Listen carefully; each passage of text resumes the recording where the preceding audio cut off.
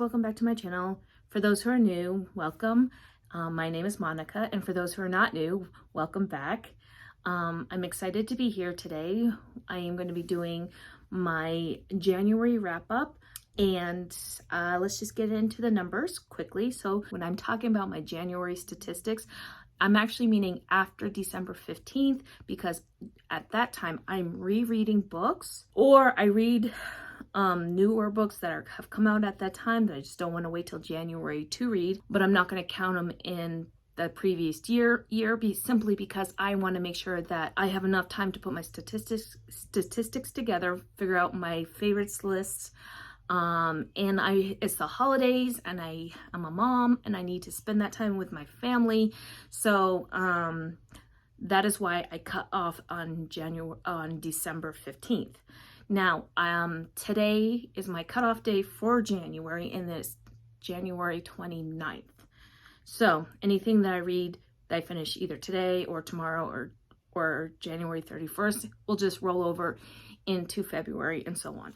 So all that being said, in my month of January, meaning after December 15th to now, I've had 8 5 stars, 15 4.5 stars, 6 4 stars, 4 3.5 stars, 3 stars or below is 2.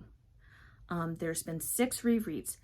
I did count my DNFs because I want to see how many books this year, because normally I don't count them, but I want to see how many books I'm DNFing for one reason or another. So in this month, I've DNF'd 3 books. For genre, I've had 17 contemporary romance, 13 historical romance, 4 romantic suspense, 1 paranormal, 4 thrillers that are not even romance, 1 nonfiction, and 3 young adult books. Okay, so the way I decided to do my monthly wrap-ups is I'm going to talk about my favorites. I'm not going to talk anything that's below a 5 star. So when I'm giving a book a 4.5 star, it means it's almost perfect. It could be a favorite, but there's just one thing or more that just doesn't add up for me, and that's okay. And I'm very light on I'm very forgiving on my ratings, because I know how hard it is to write a book. Like, it is very difficult to write a book.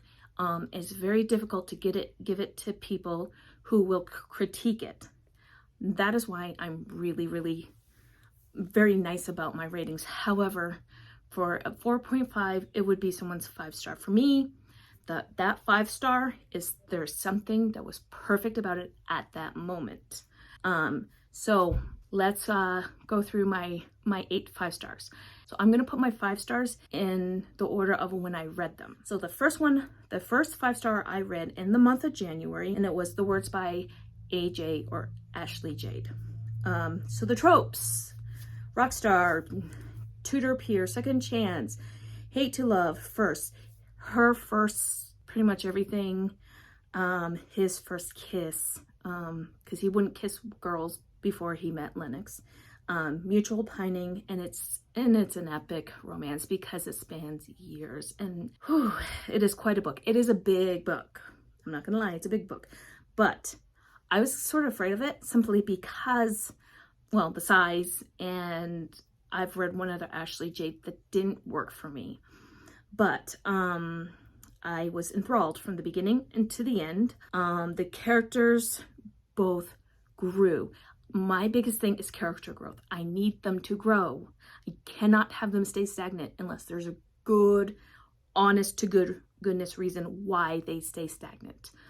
So, but the chemistry between Lennox and Phoenix was just off the charts. And the makeup at the end, what he did for her was just like, first of all, I was like, why would you do that? But second of all, I was like, oh, okay. Yeah, he just, that went from a 4 point, that thing that he did at the end, and I won't tell you because you need to go read it. It elevated it from a 4.5 to a 5 star for me, and I loved every minute of this book.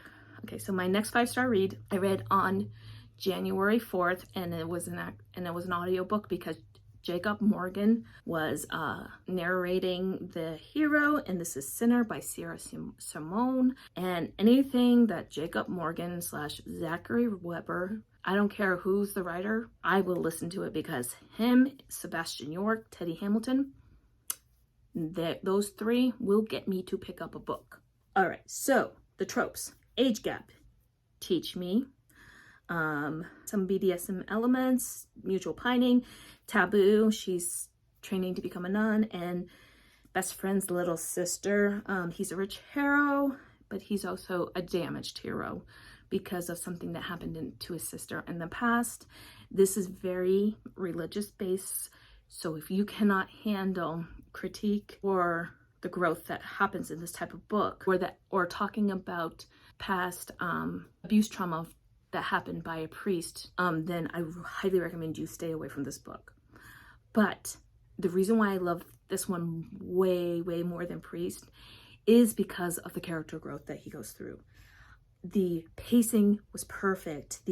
Both grew, and what almost didn't make it a five-star read for me was her reaction to him towards the end. I was like, okay, you need to pick it up, lady, because I was starting to get frustrated with her, but she did, and it worked. The steam was perfect. Originally gave it 4.5 stars. What elevated this one to a 5-star perfect read for me was I couldn't stop thinking about it. His growth, her growth. So the next book that I read that was a 5-star, and it literally was in a cluster of a few days that I had. It was like almost a perfect reading month for me within a few days. And then all of a sudden I was just like, what happened? But the next one I finished on January 7th, and it's The Good Daughter by Karin Slaughter. This is not a romance. Don't ever go into a Karin Slaughter book and think that you're getting a romance. This is straight up thriller. I read The Good Daughter, and this one, you have to check trigger warnings. On-page graphic rape, multiple miscarriages, graphic murder on page, gaslighting, manipulation, on page. That does happen to a younger character after the initial event that started this whole thing. So the initial event, it's based around two sisters named Samantha and Charlotte, or Sam and Charlie. And the way she tells it, we get Samantha's point of view, Charlotte's point of view, and then Charlie's point of view. It is very, very difficult to go through this book because you feel what these characters are feeling. That's how much of a master Karin Slaughter is with her craft. So Sam, after this thing happens to her, she is now considered legally blind and she has physical injuries from what happened when, I'll put a spoiler up, there was a home invasion. Their mother was murdered in front of them. They were marched out back. Samantha was shot in the head during a scuffle, and she was buried alive. She survived that and was able to dig herself out of that grave. And then Charlotte, or Charlie, was able to run away. I'm not going to tell you what happened to her because that is the motivation of her character, and what happened to Samantha was the motivation of her character. So what happened to Samantha made her changed her physically, where she has to wear these very specific glasses, and she can't run. She used to be a runner. She can't run anymore. She has problems with anger and controlling her emotions, and that is very on point with traumatic brain injuries. Anyway, so Samantha, who was a genius and now is just really smart, is a lawyer, comes back after a school shooting. The school shooting happened when this girl who was 18 shot a principal and accidentally shot a little girl. Again, we find out exactly why that happened, because it doesn't add up why this girl would do this. And so that's the premise around this book. She takes you for a ride if you can stomach the trigger warnings, the graphic rape, the graphic murder, and the miscarriages, then I highly, highly, highly recommend you read this book. It is fantastic. And actually, I will say this for the Good Daughter. At the very end, there is definitely kind of a thriller type HEA at the end. And that's all I'm going to say about that one. Okay, so the next 5-star read for January, I finished it on January 8th. I did start it on January 7th for a vlog. And for the Cover to Cover book club, I will link the vlog down below. And it's Funny Feelings by Tarah DeWitt. I finished this right after I finished The Good Daughter. This is Farley and Meyer's story. It's fake dating, single dad, friends, lovers, age gap, grumpy sunshine, workplace, mutual pining. And this one, she's a comedian, he's a comedian. So there's going to be some jokes, even if you don't find them funny. There's going to be jokes in this type of story.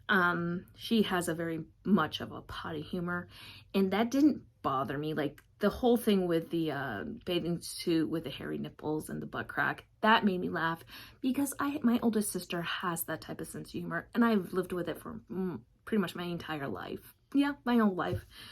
So she would just like send me random things. Like a couple Christmases ago, she got me a pair of socks that were Doctor Who socks, except the people were phallic. they were cocks. And so to get back at her for that is I made her chocolate chip cookies, but I got these cookie cutters that were in the shape of cocks, and I made her spotted dick as a result. So Farley's sense of humor I get and I appreciate simply because I grew up with it. Now that being said, I loved Farley as a character. I loved her growth. She really had to grow up in this. She met Meyer when she inadvertently crashed his daughter's birthday party. He had his daughter's birthday party at a comedy club during a rainstorm because that's where he could find a place to hold her party at. And she is deaf. So the thing that I loved is her name's Hazel, and Farley, they had such a great chemistry as a friend, parental figure between those two. And Farley knew ASL, so she was able to communicate effectively with Hazel. And that's when their relationship really took off. They always were pining after each other, but they did not want to cross that friends line until she was able to get on this comedy tour with 2 other women, and they wanted her to have a boyfriend. So that's where the fake dating comes in. And they honestly weren't really fake dating. It just gave them an excuse to start dating. So I gave that one 5 stars, and it was beautiful, it was cozy, and I loved it. Okay, my next 5-star read is Romancing the Duke by Tessa, and I read this I finished it on January 10th, and this is the first book in the Castle Ever After series. It's a historical romance series, and it is a Beauty in the Beast retelling, and it's one of the only Beauty in the Beast retellings that worked for me. I loved the quirkiness of the heroine, how she was the character out of her dad's book series, and she became a national treasure.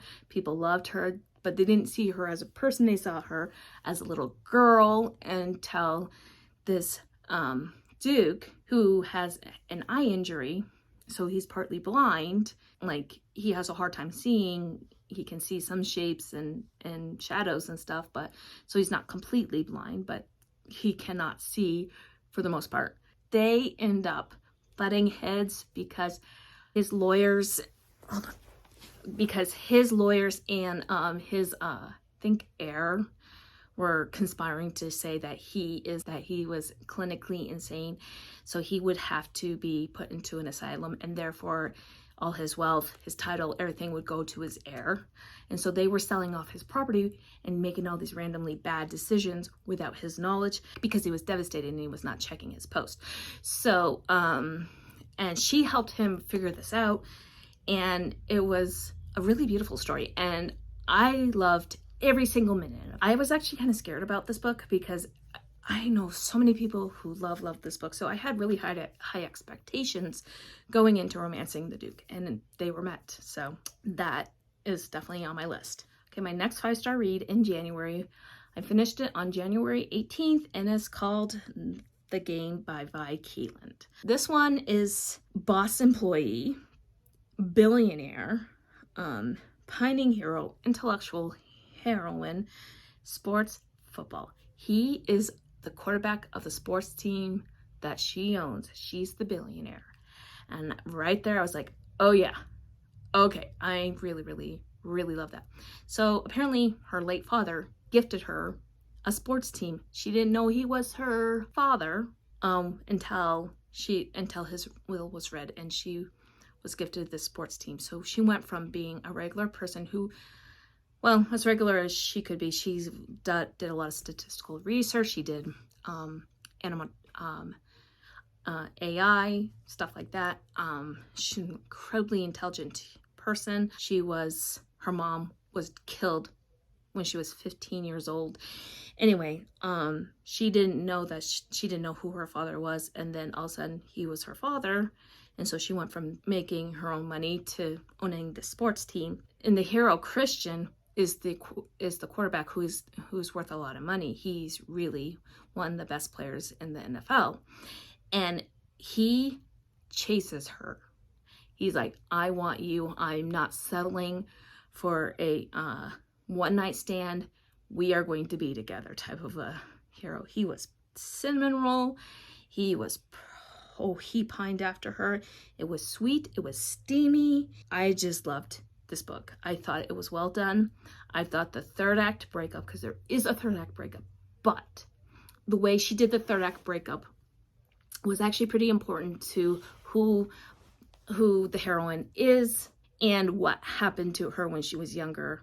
Okay, so my next 5-star read is Heartless by Elsie Silver.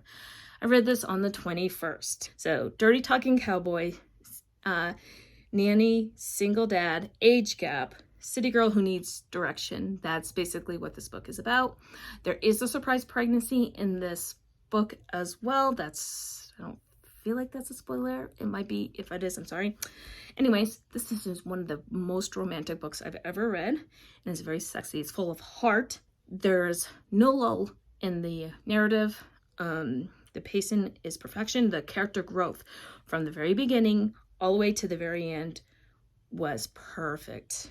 The chemistry and the heat and the passion between Cade and Willa is on point. They were both were very thoughtful of each other and who each other are as individuals and how they want to see themselves together. They are protective over each other, and Luke is his son. Willa fell in love with Luke before she fell in love with Cade. And I loved that. I loved Luke and Willa's relationship just as much as I loved Cade and Willa's relationship. I thought it was just spot on. She did such a good job at this book. They are both very protective over each other and protective over Luke. And I loved what she did to that kid in that pool, because I can tell you as a mom, if someone had done that to my kid, my sister would have pushed him in the pool, because that's who she is.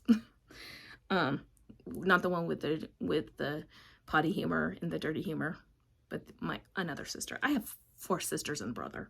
Anyway, so yeah, but they're protective over each other, and oh my gosh, the scenes in the hot tub and in the kitchen, especially around the birthday party, I'm like, ooh. This book is magic. I'm not gonna lie. It was really good. If I had to be very, very nitpicky, because I can pick out flaws in every single 5-read book, this one is such a minute flaw, and it's only a me thing, and it is piercings. I cannot stand body piercings. The idea of that just horrifies me. It's like, why would you put yourself through that much pain for that? It makes no sense to me. So whenever a character has like, oh, I have my nipples pierced, or I have a Prince Albert, I'm like, ow, why would you do that to yourself? If I had to nitpick, that's the only thing I would nitpick. But But even that did not bother me at all. Okay, so my last 5-star read for January was January 28th. And it was Make-A-Wish by Helena Hunting. Okay, so this is the 3rd book in the Spark House trilogy. And it's age gap, single dad, former nanny, and second chance romance. I think there's a theme for January for my favorites. Age gap, nanny, single dad. Okay, so this follows Harley and Gavin. Harley, when she was 19, so Gavin's wife died in childbirth, and he feels a lot of guilt towards that. Harley stepped in as the nanny and nannied for him, for his daughter Peyton, for the first 1.5 years of Peyton's life. They grew really close together at that time, but he was still grieving his wife. He decides to pick up and move from Colorado to Boulder. And then 7.5 years later, they're back, and they meet at Spark House because Harley works at Spark House with her sisters. They own it together. It's a boutique hotel. She's no longer a nanny, and they re-meet at a birthday party for one of Peyton's friends. They had just moved back to Colorado Springs, and it goes from there. And it is very sweet, and it's not slow burn so much as they needed to figure out, yeah, there's more to their relationship than just Peyton, because Peyton, Harley falls in love with Peyton before she falls in love with Gavin. And that was sort of a holdout from when she was a baby, but then she re-meets her and they grow closer together, her and Harley and Peyton, because Harley babysits for Gavin. In a lot of ways, Heartless in Make-A-Wish follows kind of the same thing, where the nanny comes in, or the babysitter comes in, and they fight their attraction until they can't fight it anymore. Here's the difference between Heartless and Make-A-Wish. So in Make-A-Wish, Gavin has a lot of guilt of what happened with his wife during childbirth because of stuff that happened. He wasn't at fault for it, but he felt like he was at fault for it. So he was sabotaging relationships. And the 3rd act breakup was honestly necessary because of all the stuff that Gavin was going through, because he never dealt with his wife's passing. And so she was like, you need to work this out. I will give you time to work this out. And the way Harley was with Peyton and with Gavin was perfection. I loved every minute of this book. And this was the book I needed to read when I read it. Okay, if I had to rank them, this is how I would rank them. Number 1, no question, Heartless by Elsie Silver. Number 2, Make-A-Wish by Helena Hunting.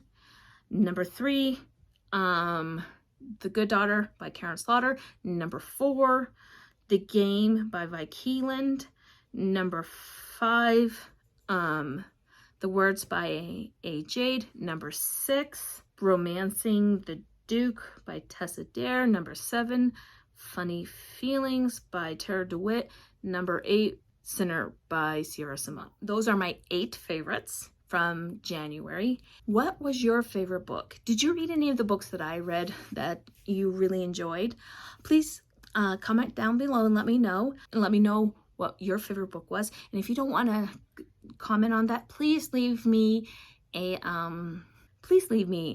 horse emoji or a cowboy hat emoji if they have those, because I mean, Heartless, save a horse, ride a cowboy. Yeah. Anyway, I hope you enjoyed this video, and I look forward to talking with you in my next video. Bye.